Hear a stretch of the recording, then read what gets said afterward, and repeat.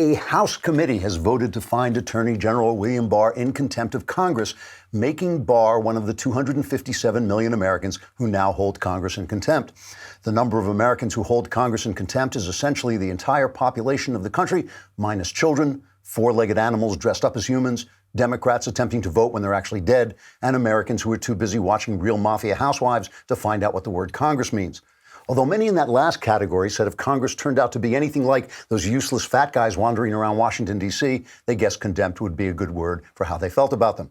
One voter, in a statement shouted at an interviewer through a locked front door, said, quote, "At first, I was unsure whether I held Congress in contempt or whether Congress was actually beneath my contempt. But I finally decided if I could have contempt for that movie villain who had 23 different personalities and kidnapped teenage girls, then I guess I wasn't too high-minded to have contempt for Jerry Nadler, too," unquote.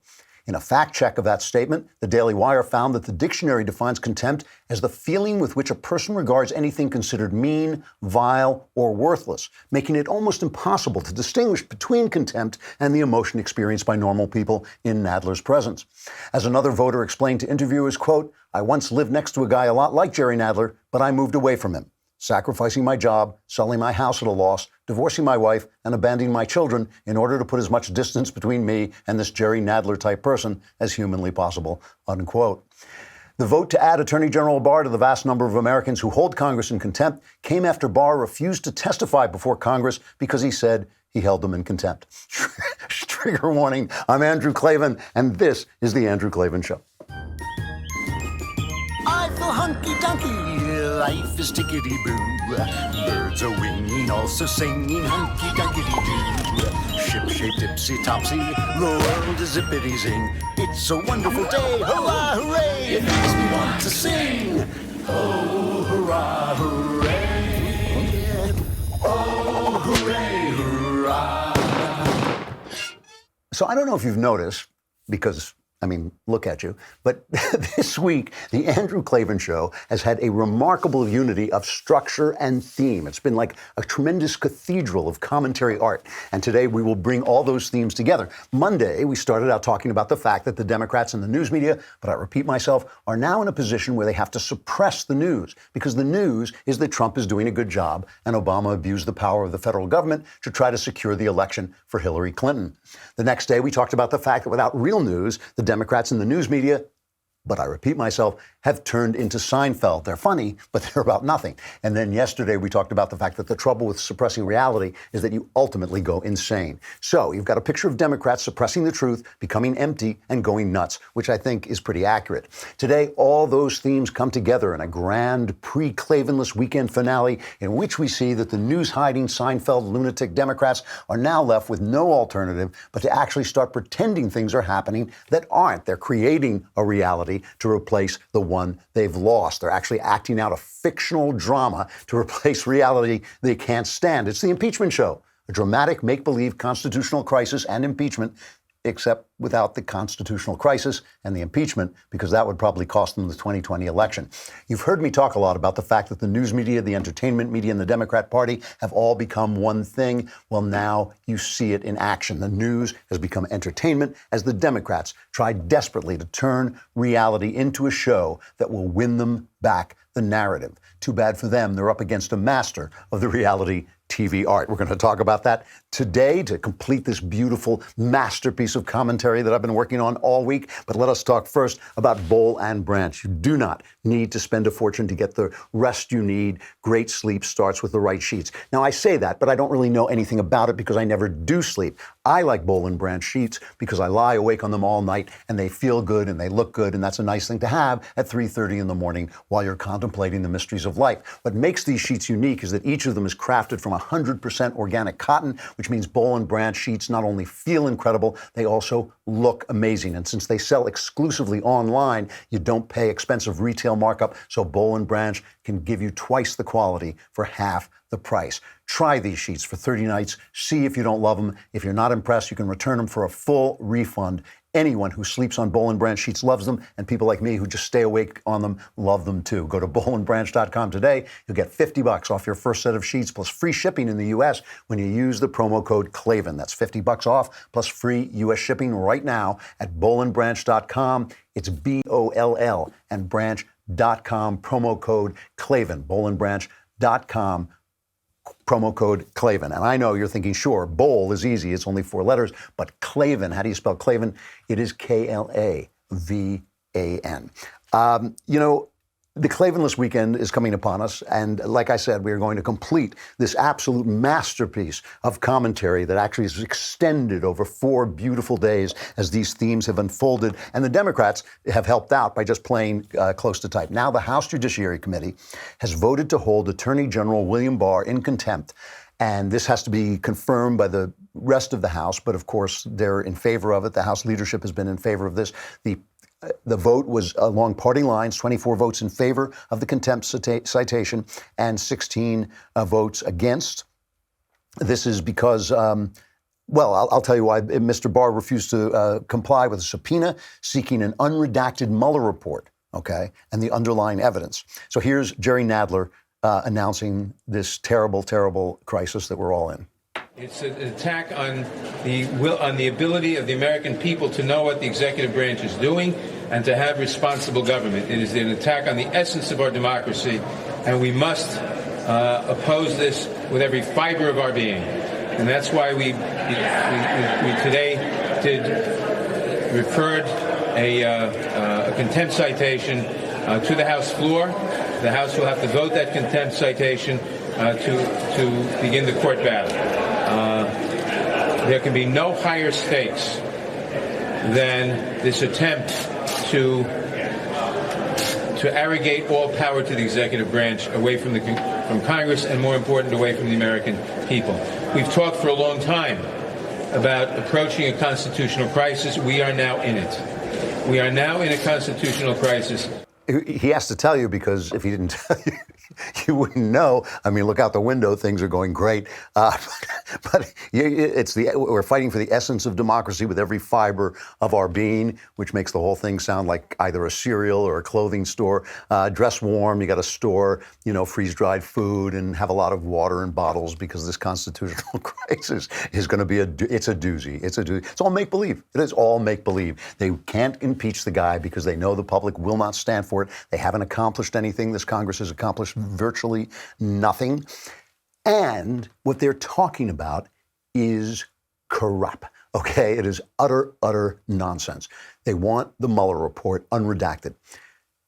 Barr has given them the entire report unredacted, with one exception. I'll get to that in a minute. And not one Democrat has gone to look at it. Not one of them has gone to look at it. He has given them almost the entire report. The one thing he can't give them is he can't give them grand jury testimony. It is not allowed. It's against the law for him to give them grand jury testimony. You testify in a grand jury under the conditions of secrecy. And the reason, of course, is because if I go into a grand jury and say things about you and you're not indicted, then there's no reason for any stuff I said about you to become public. That's protecting people's innocence. So here is Sarah Sanders, the president's spokeswoman, talking back and talking just plain sense here. This is cut 2. I think it's so absurd, this idea that Congress doesn't get to see the Mueller report. In fact, there's a less redacted version of the Mueller report sitting there waiting on them to come and look at it. Not a single Democrat has even taken the time to go and look at it. They're asking for information they know they can't have. The Attorney General is actually upholding the law. Chairman Nadler, take a minute to let this sink in. Chairman Nadler is asking the Attorney General of the United States to break the law and commit a crime by releasing information that he knows he has no legal authority to have. It's truly outrageous and absurd what the chairman is doing, and he should be embarrassed that he's behaving this way. He can't be embarrassed. What they're embarrassed about is they're embarrassed about the real news, which, just to repeat it myself a little bit, it's the real news is that Trump is doing great. The economy is doing great. He's in very interesting negotiations with China today on trade. I know the stock market is upset, but let's see where that goes. He's readjusted our relationships in the Middle East. He's gotten out of this nonsense Iran deal where Barack Obama's theory As far as I can make out, I mean, giving it the best reading I can, Barack Obama's theory was that if we include Iran in the community of nations, the Iranians would say, I get it. We'll get rid of our entire philosophy of life. We'll throw away our religion. We'll throw away our will to power and our will to conquest and the fact that we're the biggest state sponsor of terrorism on earth. We'll throw that away because Barack will love us and he will take us in and he'll give us little planks full of money and everything will be great. And that theory was stupid. I mean, even now, the Iranians have not paid attention to anything in that deal. Trump has kicked them out, and Trump has reset our allies to be Israel, our pals in the Middle East. Because why? Because they are freedom-loving people, and they're a democracy, and they represent our values. So Trump has done all that. And meanwhile, of course, the other part of the news is that Obama, the Messiah, the light worker, who is so like a god, as we saw yesterday, Obama was a second-rate Chicago Paul whose theories did not make sense, whose theories did not hold up in reality. He suppressed the comeback from the financial crash of 2008. He abused the IRS. He abused the Department of Justice. He abused the power of the State Department, all of them to lie. He was a Chicago Paul who turned our government into a Democrat machine. And it's all coming out, and it's going to get even worse because all these years, remember, we've heard that J. Edgar Hoover, terrible, terrible guy, looked good in a dress, but he was a terrible guy because he was always spying on people. We use those words then, spy. And so what a bad guy he was. We make movies about what a terrible person he is and all this stuff. But now we find out that Obama did worse. He used the IRS worse than Nixon. Nixon actually wanted to use the IRS against his enemies, but he wasn't that bad a guy, so he didn't do it. So all this stuff is coming out. And then there's this other fact. There's another thing. Oh, and by the way, before we start talking about that, we should talk about Eric Holder, right? The last attorney general, the first attorney general to be held in contempt, who was held in contempt by a bipartisan vote, by the way, not a party line vote like this one, holding Barr in contempt. But he refused to give any information about the Fast and Furious scandal. This was the Fast and Furious scandal in which a law officer, a border agent, was killed by guns that were allowed to get into bad guys' hands by our government. Complete malfeasance, complete incompetence, complete stupidity. And so Eric Holder stonewalled Congress, didn't give them anything. And then when they said you have to give it to them, Obama said, I declare executive privilege. No one is bringing this up because Obama had no cause to declare those papers executive privilege, where Trump does have a reason to say that some of the information in the Mueller report is executive privilege because it was communications between the executive branch and the executive branch. It was just protecting Holder and the Department of Justice from their incompetence, corruption, and malfeasance. That's all he was doing, whereas Barr has given them everything. And there's another reason for this, but first let us talk about a new sponsor we are so happy to have, We the People Holsters. We love this sponsor because they offer custom-made holsters, all produced in the USA. I have to say, when I came to California, I was not a gun fancier, but I am now. I love them. You want a beautiful holster, and We the People Holsters design their own holsters, which mean in-house, which means they don't use any third-party molds for their holsters. They design every unique mold in Las Vegas in order to best fit each and every firearm perfectly. They've got a unique clip design that allows you to easily adjust both the cant and ride of your holster so that it'll fit comfortably and securely at all times. And every holster also has adjustable retention, which is signaled with a click sound, which lets you know that your firearm is securely in place. We the People holsters start at just $37 a piece, and every holster comes with a lifetime guarantee. Every holster ships free. If it's not a perfect fit, send it back for a refund. Right now, listeners of The Andrew Klavan Show can go to wethepeopleholsters.com/Klavan and enter promo code Klavan at checkout to get $10 off their first holster. That's as low as $37, and shipping is free with an additional $10 off using my promo code. Again, that's wethepeopleholsters.com/Klavan and promo code Klavan at checkout for $10 off. You'll be able to carry your gun, and anyone who approaches you just immediately say, how do you spell Klavan? It's Klavan. So Sarah Sanders gave the other reason why Trump is now declaring executive privilege. They've just had enough. And if the American people haven't had enough, the American people are being conned. But you can con some of the people some of the time and all of the people, you can con some of the people all of the time and all of the people some of the time, but you can't con them all the time. And that is what the Democrats are doing. And Sanders just tells them the White House has had enough. The way that we see this is that this is over, and just because the Democrats didn't like the results doesn't mean they get to redo this process. We've spent 2 years, millions of taxpayer dollars, submitted millions of pages in documents, been fully cooperative, hundreds of hours of testimony, and Bob Mueller came back and said there was no collusion. If Bob Mueller couldn't find it, I am 100% sure that Jerry Nadler is not going to find anything that Bob Mueller couldn't. He can't even handle asking the Attorney General questions. Do we really think he could handle something like this? I think the answer is no. They've just had enough. And it really is true that they couldn't even ask Barr questions. They set up a situation in which Barr was bound to say, I'm not coming in, because it wasn't the usual questioning by elected representatives. They wanted him questioned for 30 minutes straight by counsel. That's never been done before, as far as I know. I don't think it has ever been done before. And he said, no, I'll come in and talk to elected officials. I'm not going to come in and have your counsel badger me for 30 minutes.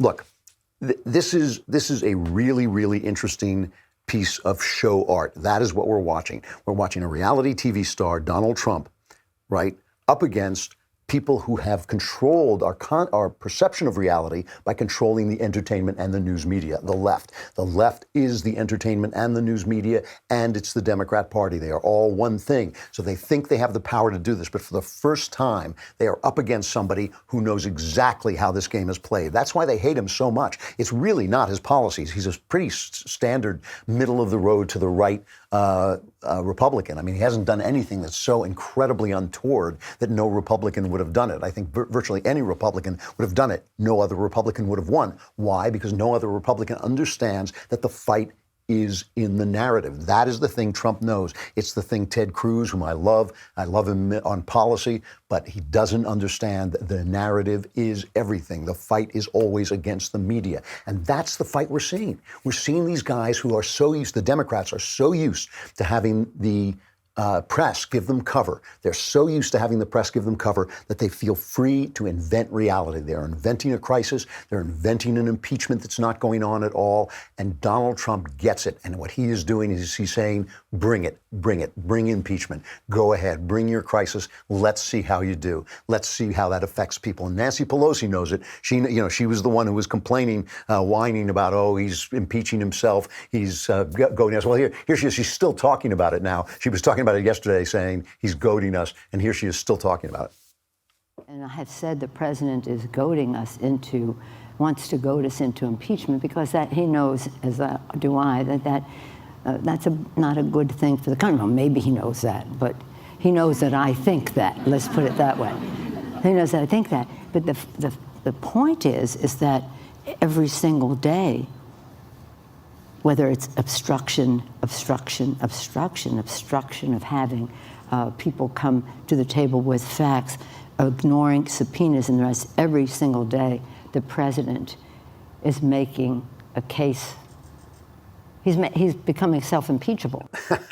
She didn't know what to do. She has never run into this before because they own the media. I mean, it's what I've been screaming about all these years, going to think tanks and saying, you got to get control of the narrative. You got to have movie theaters. You got to have more Fox Newses. You got to have stuff like the Daily Wire, except, you got to bring all this into the mainstream. But always with conservatives, is always, no, what we need is another policy. We need a really stern editorial in the Wall Street Journal, and that's going to carry the day. And they do not understand that people making jokes, that people telling stories is everything. The left gets it. And that's why, we make fun of Jim Acosta because he's an absurd imbecile. And we make fun of CNN because nobody's watching them. I just love that story about how there are now more prostitutes in America than people watching CNN, which actually speaks well of America because prostitutes do something for you. But Jim Acosta, Jim, look at me, I'm Jim Acosta, is a guy who is sitting there. Nobody's watching him because reality has a voice and people are turning to reality instead of watching CNN. But listen to him. Pretend he's standing there like a newsman. He looks like a newsman. He's even got the hair kind of look, I think he's now got it pasted in a windswept look. So it looks like the wind is blowing it, but it's actually just rock hard on there. He's sitting there creating a narrative. He's not reporting the news. He's simply reporting Jim Acosta. Listen to this. President Trump appears to be heading toward a constitutional crisis with House Democrats as he continues to hide the Mueller report as well as his tax returns from lawmakers. The White House is defending the president's use of executive privilege today, as it seems the art of the deal has turned into the art of the conceal. Playing a game of hide and seek, President Trump is pulling out all the stops to keep the full Mueller report out of the hands of House Democrats. Mr. President, if the Mueller report clears you, why not let Congress see all of it, sir?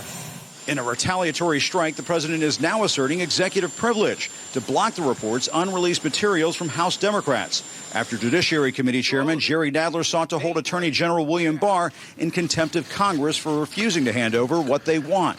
I mean, they've got everything. They've got the whole report, and they haven't looked at it. And the little bits that are still redacted, which is what they're living on, they're like those pictures of Al Gore of the polar bears on the shrinking ice floe. That's what they're like. Their story. They started out with a big ice floe of Russian collusion. They had that big ice floe, and then that kind of started to melt away, and it was chipping off, because now, they said, we've got obstruction of justice, right? And now they're down to 2% of the report is illegal to release, and that's the ice floe they're sending. So save the Democrats, keep that ice floe alive, and send your money in now. It is amazing. And even Erin Burnett, I think, she was talking to one of the, also, you haven't seen this because on CNN, and unless you're a prostitute, you're not watching, but she was talking to David Cicilline, who's also on the Nadler committee. And she is saying, if you're going to put on the impeachment show, why not do the real impeachment? Because she understands that the narrative is slipping away.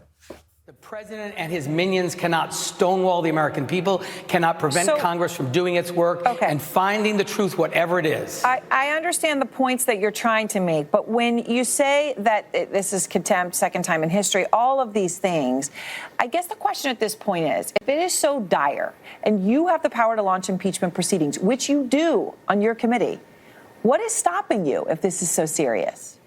Well, look, I think there's no question that in President Nixon's impeachment, the third article of impeachment was obstruction of Congress. So there is no question that at some point, if the president's effort to stonewall and prevent us from getting information continues, that may form an independent basis for obstruction in and of itself. But what we have a responsibility to do first is collect all the evidence so we can make a fully informed judgment. We got part of the story in the Mueller report. That was the beginning of our work. We're asking for the balance of the report as well as all the supporting materials. It's important to remember in the Ken Starr investigation, when Ken Starr was done with that report, he delivered it to Congress with 18 boxes of documents. And you know what they did after Ken Starr did that?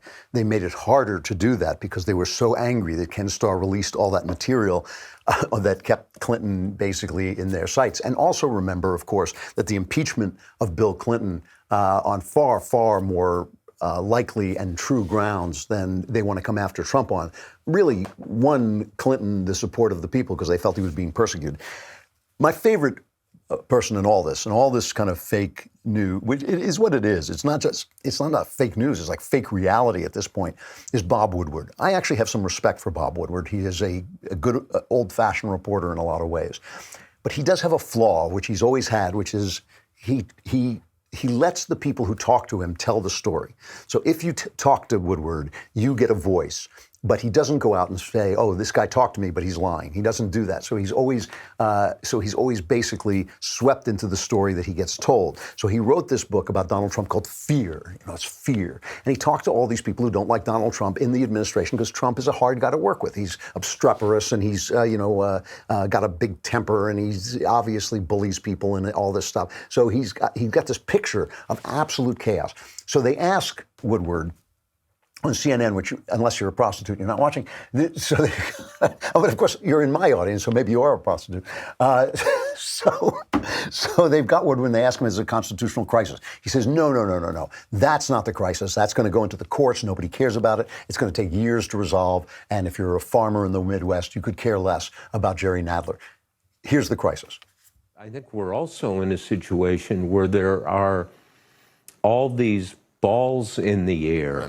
and they are being juggled by perhaps the most unsteady hands we've had in the American presidency ever. Really? You think yeah, that's the situation? Yes, I think we have a governing crisis.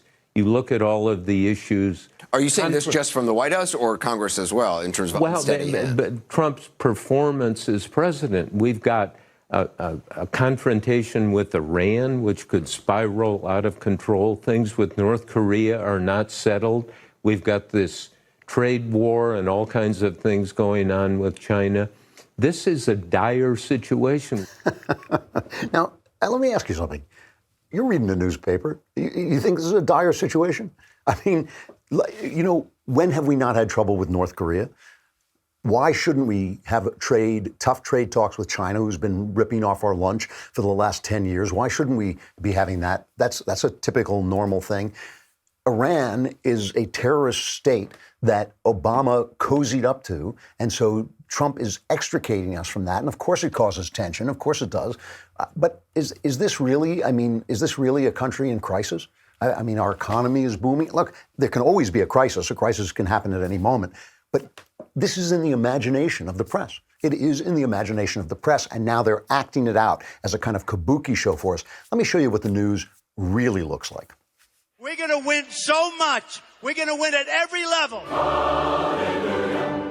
Hallelujah. We're going to win economically. We're going to win with the economy. We're going to win with military. We're going to win with health care and for our veterans. We're going to win with every single facet. Zippity-dee-dah, my, oh my, what a wonderful day. We're going to win so much, you may even Have we get got tired Sora? of winning. You'll say, please, please, it's too much winning. We can't take it anymore. I feel pretty, oh so pretty. I feel pretty and witty and gay. We have to keep winning. We have to win more. We're going to win more.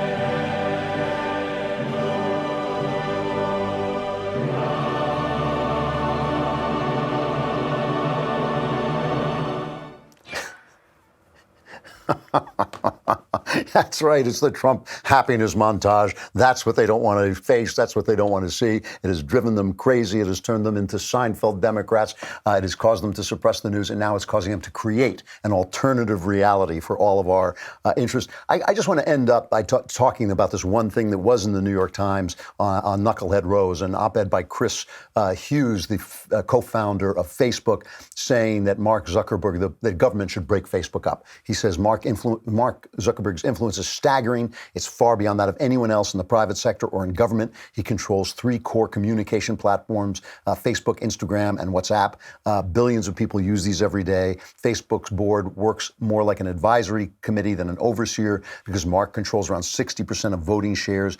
He can decide alone how to configure Facebook's algorithms to determine what people see in their news feeds, their privacy settings, and even which messages get delivered. He sets the rules for how to distinguish violent and incendiary speech from the merely offensive. You know, I think this is an important thing. I think the breaking up of social media, the reconfiguring of social media to keep it from becoming a monopoly has got to take place under a Republican administration because it's Republicans who are being silenced, it's conservatives who are being silenced, and you know if it happens under the Democrats, they will simply enshrine that. They will enshrine that in law that Republicans can be silenced. Hey, I've got a guest I'm really excited about, Sohrab Ahmari. He is the op-ed editor of the New York Post. And he's also a contributing editor to the Catholic Herald, but he is also the author of From Fire by Water. Really good writer, by the way. He's the author of From Fire by Water, My Journey to the Catholic Faith, which chronicles his journey from an atheist living under a fundamentalist government in Iran to Catholicism. Nearly 2 decades later, it is a really, really interesting story. As you know, I've taken a journey myself, not quite as dramatic, but certainly a dramatic journey to Christianity. Sohrab, thanks so much for coming on. It's great to see you. Thanks for having me, Andrew.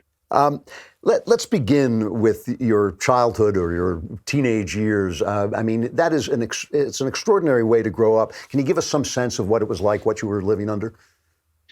Yeah, I was living in a doublethink world in the sense that my parents were children of 1968. They were bohemian, liberal, hippie types, which existed in Iran as much as they did in Paris or San Francisco. But meanwhile, we found ourselves in a newly re-Islamizing Iran.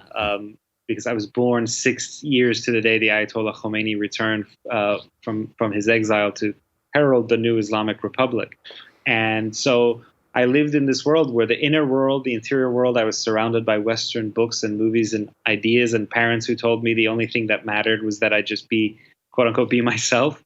And an outside world, outside our closed doors, that was, Sharia norms were being reintroduced violently. Men and women couldn't hold hands, you couldn't drink, and so on and so forth. So that interior clash led me to conclude when I was 12 or 13 that there's no God, that religion is all a bunch of public hypocrisy. Was that what your parents believed? Were your parents atheists? I don't know what my parents were. I think they were just kind of ecumenical liberals. That was their religion. They even liked bits of Islam that were humanistic. They liked the ancient Persian Zoroastrianism, which is a kind of ancient Persian proto-religion. We had an Armenian nanny, so we went to her Orthodox church. So they didn't, in the way that liberal ecumenical type people can be, all of those views were kind of welcome, but none of them was taken too seriously. So were you witnessing the return of Sharia? Was this something that you could go out onto the street and see, or was the world around you still a fairly liberal world? I think my parents tried to shield me as much as possible, but you couldn't escape it in the sense that, we at school, when we had the Shiite mourning, because Iran, as you know, is majority Shiite, the various Shiite saints who were being mourned, for example, you would do the ceremonies at school, at public school. We were very much aware that alcohol was prohibited. And so that meant was that my parents and their friends liked to drink, but there was always an element of risk that actually was part of the fun, was you could get caught by the morality police. And the fact was, what was most interesting about it is most people think, in Iran, if you're caught with alcohol, you'll get flogged. Chances are that you won't. You can bribe the morality police to overlook your iniquities. On the other hand, you could face someone who's a true believer, the agent, and then you end up with your back looking like challah bread for the rest of your life. Wow. I like the idea of a morality police that can be bribed. You can't make that stuff up. So when and how do you get out of there? So at age 13, when I'm about to turn 14, actually, my mother and I left because I had an uncle who'd settled in the U.S. right at the time of the revolution. So when we left in 1998, we got what's called the Family Preference Visa Program, just a green card. So we came over, and I had this idea that America was the Manhattan of the movies, that it'd be very individualistic, very secular, and almost hedonistic in a way that I wanted or sought after. So imagine my surprise, we got on a plane from Tehran to Amsterdam. Then from Amsterdam, we flew over, and as we reached the continental United States, we didn't stop in Manhattan. We landed in this place called Minneapolis. And then we didn't even stop there. We then took another flight to a city called Salt Lake City, which is where my uncle had settled. He was actually north of Salt Lake City in a small town. So I was totally shocked. Obviously, this is not the promised land I'd been promised. So now you're 14, you said? Yeah. And so you're growing up in the Midwest? In Utah, in the Mountain West, which is surrounded by Mormon culture in a town of 600 people called Eden, Utah. And what that meant was I almost immediately picked up the revolution that I have launched against all traditional morality, against God, against authority in the old country, and applied it to this new society and its kind of foundations. So almost seamlessly rebellious. And all right, so you're still an atheist, and atheism makes perfect sense because all you see is repressive religion, both there and here. So where do you go when you leave home? What's the next step? So I went to University of Washington. I started at Utah State just because they gave us a scholarship, but then I transferred out. And I transferred out because by then I had become a Marxist. I took very seriously. I read Nietzsche first in high school, and then I read Marx. If there's no God, then man, in a sense, is abolished as and we could create a society that's based on totally new values, all values being the product of history and power dynamics. There's nothing inherently good or evil. So I became a Marxist in a very serious sense, and so I transferred to that school because the headquarters of the Trotskyite group, of which I was a member, was in Seattle, which, as you know, was then and is now a hotbed of sort of American hard leftism. So yeah, that was my first trip out of Utah. I guess it's very hard to get over Nietzsche. He's like a very powerful writer and a very I think he's very insightful and honest about his conclusions. I mean, he doesn't shy away from his own conclusions. He's tough to get around. He is, and he's very powerful to read, especially if you're young and you haven't read what comes before. All the sort of Judeo-Christian tradition and in Athens and Jerusalem, if you will. If you don't have a grounding in that, then Nietzsche can totally overpower you, and convince you values, and not least Judeo-Christian values are the product of a slave-like people, right? Because they didn't have, because they themselves weren't virile, they treated virility as something sinful. Yeah. Because they themselves didn't have a dominating urge, they thought that strength was a bad thing, and so on and so forth. So, and that made sense as in my late teens, early 20s. Yeah. So now, I mean, you have become a prominent journalist, obviously. You come into a world when you come into the world of sophisticated writers, sophisticated thinkers, atheism is kind of. I mean, I found you're younger than I was, but I found that atheism was kind of the default position. Did you find that as well? Yes. I mean, even I'm lucky. I work at my whole professional career has been mostly in News Corp, in conservative editorial pages, first the Wall Street Journal and now the New York Post. And I have lots of colleagues who are people of faith, mainly Catholics and Jews. But on the whole, the wider journalistic ecosystem is atheistic, or at most it wants to relegate faith to a narrow private sphere. Say, oh, okay, you believe this crazy stuff, your subjective views, it can't have an objective say in the public square, surely. And I think that's the attitude that not my immediate colleagues, but the wider profession shares. I think maybe that you agree. I don't know. So let me. How did you make the transition? Obviously, if you're working for News Corp, you probably made a transition away from Marxism. How do you make the transition away from Marxist atheism to Catholicism? And is the political journey and the religious journey linked? They are. In fact, I initially just became a secular conservative. I mean, I had a series of experiences, most important of which was after college, I didn't have anything to do. So I joined this organization, Teach for America, which places recent college graduates in needy classrooms. And that turned my worldview upside down in the sense that as a Marxist, I was just told and had concluded that the reason inequalities persist in the achievement gap between poor students and their affluent peers is merely because of redistributive justice. That there isn't if you could just have more money in poor schools, children of the poor would do just as well. But then when I actually went to become a teacher, I saw that there is this that even in the most dire classrooms, good teachers can make a huge difference. And the old moralistic notions that I used to sneer at about hard work and discipline could go a long way. And so, Marxist materialism says people are who they are and believe what they believe because of their economic circumstances. And my experience in Teach for America turned that right upside down, that your values, your character, virtue can determine the order of material things. Yeah. So that made me a kind of secular, it didn't make me a believer. Then I read proper history, having not read it in college, but I then read it on my own. A history of the 20th century, Arthur Koestler's Darkness at Noon, Natan Sharansky's Fear No Evil, all these books that convinced me that, no, the God of the Bible is a liberator. The God of the Bible is not an oppressive God. In fact, he's a bulwark against totalitarianism because of the human dignity that he imbues in the human person.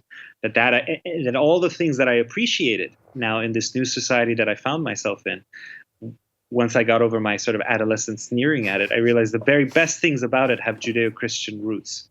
So then that didn't necessarily make me a believer yet, but it was pushing me along to say, well, how is it that a society rooted in the idea that God made man in his own image is a democracy? And I used to brag about my atheism, but by the time I was 23, 24, I would say, look, I'm not fortunate enough to be a person of faith, but I appreciate that other people are. Uh-huh. Okay. So now this thing, especially in a world of science, especially in a world where virtually every science book I read has an advertisement for atheism in it for some reason. How do you get around that to actual faith? Well, my coming to faith was through the proof for the existence of God through the conscience, which is also the one that C.S. Lewis uses, I guess, in Mere Christianity. I read Lewis much later, but I had trouble accounting for the presence of this inner voice inside me that already knew what was wrong in a sense and what was right.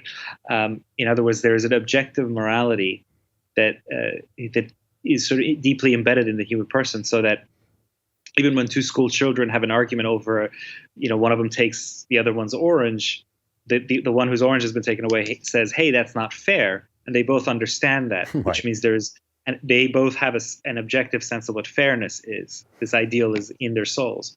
So that was helpful to me, thinking about my own conscience, what it was telling me. And then I read Pope Benedict's books, especially Jesus of Nazareth, which he wrote after he was a great book, elected. And first of all, if you think you're kind of an intellectual and you're too smart for God, then you come face to face with a thinker like Benedict, and you're like, okay, you can be intelligent and believe. And that there are a set of questions that are posed by the fear of death, questions that are posed by the fear of God, by issues of right and wrong, to which no amount of technological modernity is the answer. gives the answer. The scientific advancement, technological advancements can answer the how questions. We have a conscience because as evolutionary beings, blah, blah, blah, blah, blah, we develop, or so on and so forth, but it can't answer the why questions. Right. And I found the most cogent answers to those why questions in the Bible itself, in sacred scripture, and ultimately in the teaching of the Catholic Church. I'm out of time. I wish I could talk to you for a lot longer because I just find this a fascinating journey. Let me ask you if you can tell me quickly, since being baptized, since becoming a Catholic, what are the changes you've noticed in your actual life? I had a lot more guilt.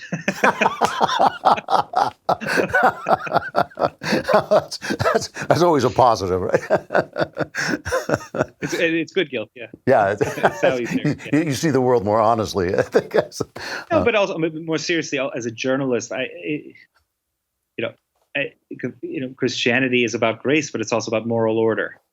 And as a journalist, I now have a sense of what order and disorder are, in a way that is not haphazard but systematic.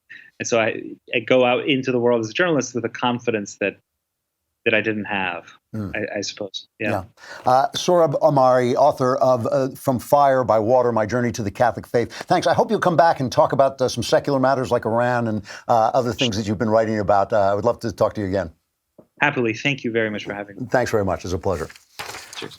All right, before the Klavanless weekend begins and plunges you into, despair and chaos, I just want to end with a final reflection about a piece I read in the Washingtonian, which I believe is a very left-wing journal. But anyway, it's by Anonymous, and it's called What Happened After My 13-Year-Old Son Joined the Alt-Right. And the part that I want to talk about is that she's a liberal. She has the son, Sam. He's 13 years old. He's in the 8th grade.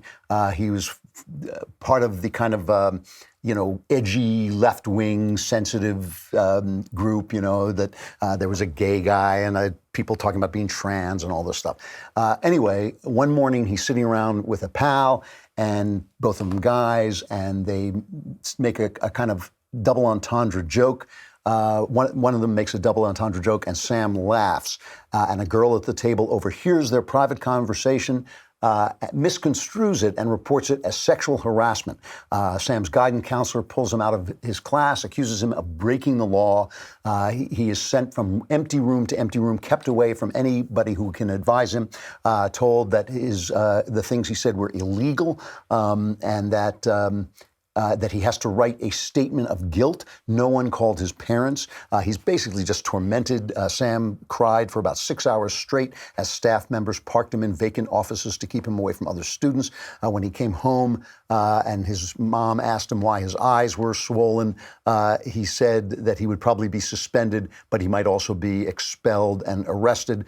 It was a Kafkaesque experience, and they had to move to another school, another community, where he found online pals, right, on Reddit and 4chan. And you know where I'm going. They're alt-right Nazis, and they tell him that all girls lie about rape, and they have also other things they want to tell him. They tell him that Islam is an inherently violent religion.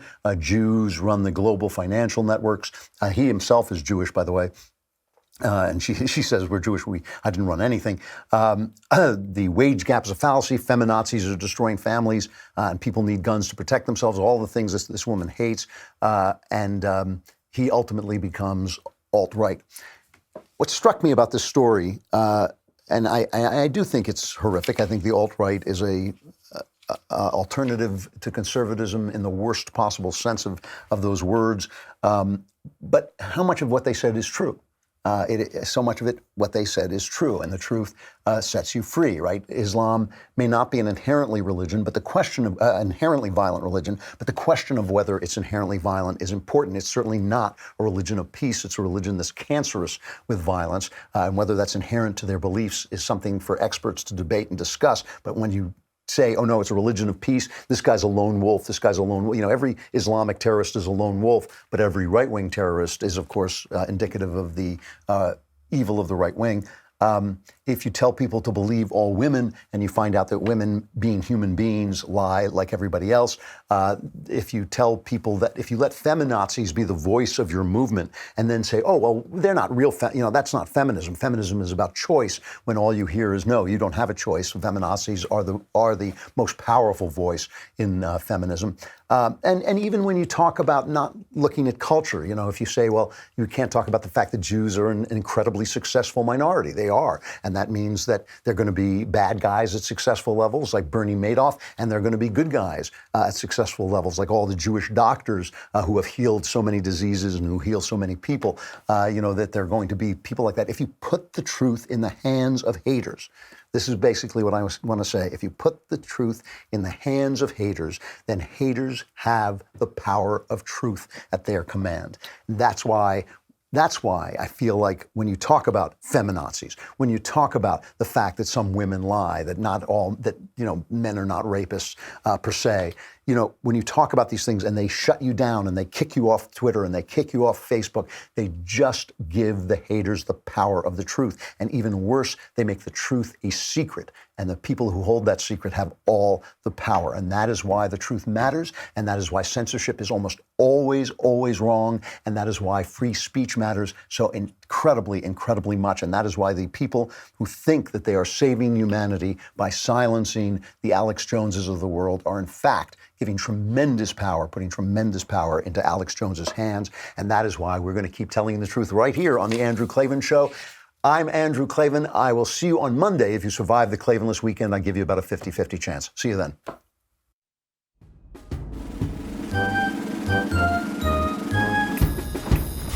Oh, hooray, hurrah.